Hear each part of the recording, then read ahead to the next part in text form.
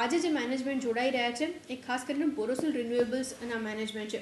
Overall રિઝલ્ટ્સની ઉપર અને સાથે જ આગળ કેવી રીતના પ્રોસ્પેક્ટ્સ ડેવલપ થઈ રહ્યા છે એની પર વાતચીત કરવા માટે બોરોસિલ रिन्यूएबल्सના चेयरमैन प्रदीप खुरेका जुड़ाई चुके हैं अपनी साथ. प्रदीप जी, बहुत बहुत शुक्रिया मेरे साथ जुड़ने के लिए.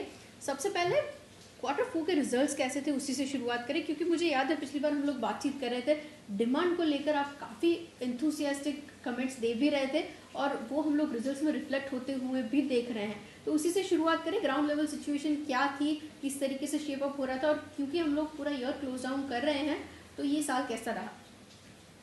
साल तो अच्छा गया जी. साल का शुरुआत तो बहुत ही धमाकेदार था. पिछले साल अप्रैल में तो लॉकडाउन में हम लोग प्रवेश किए थे साल में, और इसके बाद में कई दिनों तक प्रोडक्शन भी नहीं था, सेल भी नहीं था, खर्चे सारे लग रहे थे. और जून में जाके करीब थर्ड वीक से कुछ सेल चालू हुआ था. तो उस तरह से शुरुआत तो अच्छी नहीं थी, लेकिन जो साल कंप्लीट हुआ तो बहुत अच्छी तरीके से कंप्लीट हुआ. डिमांड तो देखिए देश में पहले भी थी, आज भी है. प्रॉब्लम तो कोविड को लेके ही है जो है. वर्कर नहीं मिलते हैं, चाहे हमारे यहाँ नहीं मिल रहे हों या मॉड्यूल मैन्युफैक्चर के नहीं मिल रहे हों. तो पिछले साल करीब आधे साल गुजरने के बाद में काफ़ी मामला सुधर गया था, और last half of the year reasonably अच्छे तरीके से निकला, इन द सेंस कि प्रोडक्शन भी था, डिमांड भी था, सब कुछ सही था. इस साल अनफॉर्चुनेटली फिर से कुछ ऐसा ही लग रहा है कि कुछ हुआ है, लेकिन ये पीछे की बात है. तो मैं ये कहूँगा कि डिमांड तो आज भी देश में पूर्ण रूप से है. सिर्फ ये है कि अब इसको सेटिस्फाई कैसे करें. प्रोडक्शन हमारे यहाँ और हमारे कस्टमर के यहाँ दोनों जगह इम्पैक्टेड है इस वक्त. वो कितनी जल्दी खुलता है वो देखना पड़ेगा. Okay, agreed. अच्छा, मैं सर आपके ऑपरेशनल परफॉर्मेंस से शुरुआत करना चाह रही थी, क्योंकि नंबर्स काफ़ी बेहतरीन दिख रहे हैं. In terms of EBITDA 20 crore से ये आंकड़ा बढ़ के ऑलमोस्ट 100 करोड़ के पार आता हुआ दिख रहा है. क्या फैक्टर्स सपोर्ट कर रहे थे जिसकी वजह से मार्जिन्स में इतना एक्सपेंशन आया है? बॉटम लाइन में काफ़ी इजाफा यहाँ से हाईलाइट भी कर रही है. तो ये दोनों पैरामीटर्स के ऊपर आपकी एक कमेंट. देखिए जी, ऐसा है, एबिटा दो चीज़ों से निर्भर करता है. दो चीज़ों पे, एक तो जो सेलिंग प्राइस है उस पे करता है, और दूसरा हमारे प्रोडक्शन एफिशिएंसीज पे करता है. तो इसमें कोई संदेह नहीं है कि दो फैक्ट्री साथ में चल रही हैं तो इकोनॉमी ऑफ स्केल और प्रोडक्शन एफिशिएंसीज भी आई हैं. लेकिन इससे ज़्यादा जो इम्पैक्ट हुआ वो हमारे हाई प्राइसेस का हुआ. ये हमारा जो मार्केट है सोलर ग्लास का या सारे सोलर कंपोनेंट्स के मॉड्यूल्स का, प्राइस सेटर चाइना है.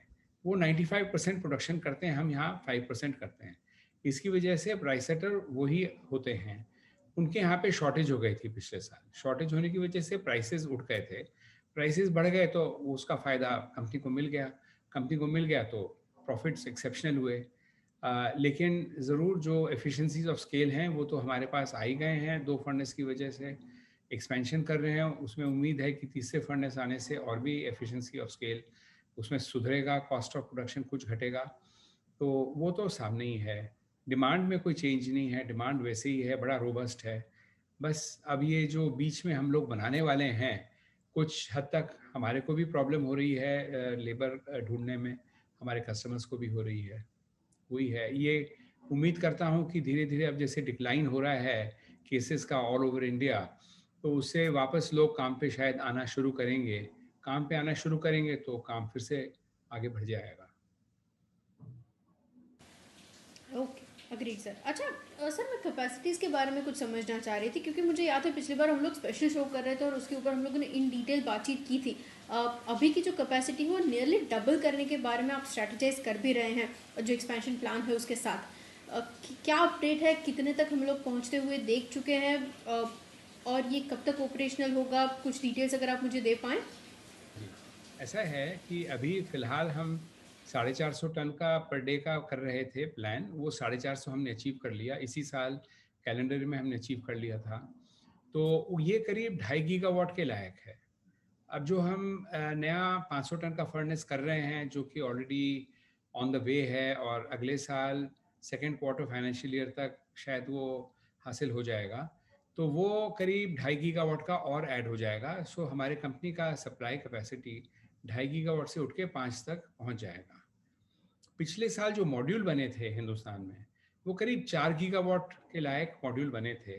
तो मान लीजिए उसमें से करीब 2 गीगावाट हमने सप्लाई किया या उससे कुछ कम सप्लाई किया होगा और बाकी का लोगों ने इंपोर्ट किया था। इस साल उम्मीद तो ये है कि 6.5-7 गीगावाट के मॉड्यूल्स हिंदुस्तान में बनने चाहिए। अगर ये होता है तो नेचुरली जो इस साल तो जो करंट फाइनेंशियल में तो हमारा 2.5 गीगावाट से बढ़ने वाला है नहीं, तो बैलेंस तो इम्पोर्ट ही होगा। लेकिन अगले साल तक जब अपना ये प्रोडक्शन आ जाएगा, तब उस समय डिमांड विजिबिलिटी तो है। तो मुझे पूरा यकीन है कि माल बनते ही उसके डिमांड में फ़र्क नहीं पड़ना चाहिए, माल ज़रूर बिक जाएगा अपना। Okay, agreed sir. अच्छा सर, एक और चीज़ मैं समझना चाह रही थी। मुझे एक्चुअली डिस्कस करना भी है इन टर्म्स ऑफ राइट्स के तरफ से जो यहाँ से फंड्स इकट्ठा हो रहा है उसका यूजेस कैसे होगा, लेकिन उससे पहले पोटेंशियल जनरेशन आप किस तरीके से आगे बढ़ते हुए देख रहे हैं इन कंपेयर टू बाकी कंट्रीज इंडियन मार्केट्स के लिए, स्पेशली ये सेक्टर के अंदर? क्योंकि सरकार की तरफ से काफ़ी थ्रस्ट देने के लिए मेजर्स लिए गए हैं, उसके ऊपर हम लोगों ने इन डिटेल बातचीत की थी लास्ट टाइम जब बात कर रहे थे। अब आप यहाँ से आउटलुक कैसे देख रहे हैं नेक्स्ट 1 ईयर to 2 years के लिए? अगर आप मुझे टाइमलाइन बता पाए सेक्टोरल डेवलपमेंट को लेकर। ऐसा है, आउटलुक तो बड़ा रोबस्ट है। रोबस्ट का कहने का मतलब ये है कि एक तो इसमें जो डिमांड है गवर्नमेंट की तरफ से आ रही है, गवर्नमेंट टेंडर फ्लोट करती है, लोग उसको जो इम्प्लीमेंट करते हैं। मैं जनरली स्पीकिंग किसी को कोई प्रॉब्लम में नहीं सुना कि भाई किसी का पेमेंट नहीं आया या कुछ ऐसा। तो वो सेटिस्फैक्ट्रीली इम्प्लीमेंटेशन हो रहा है।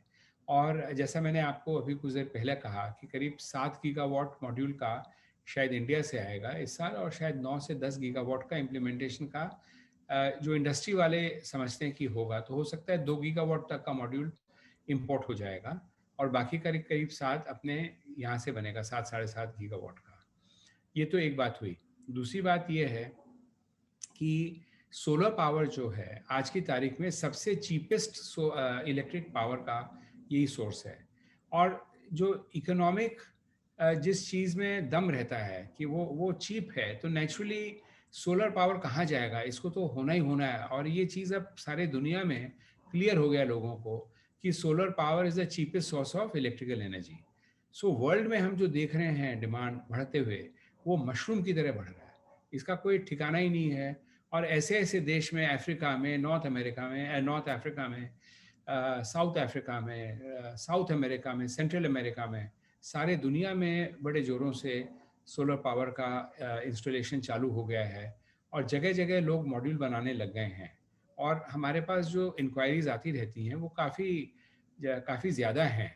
और हम लोग मानते हैं कि हमारा जो ऑफरिंग है वो कॉम्पिटिटिव है as compared to Chinese offering. Competitive होने की वजह से लोग हमसे भी खरीदना चाहते हैं।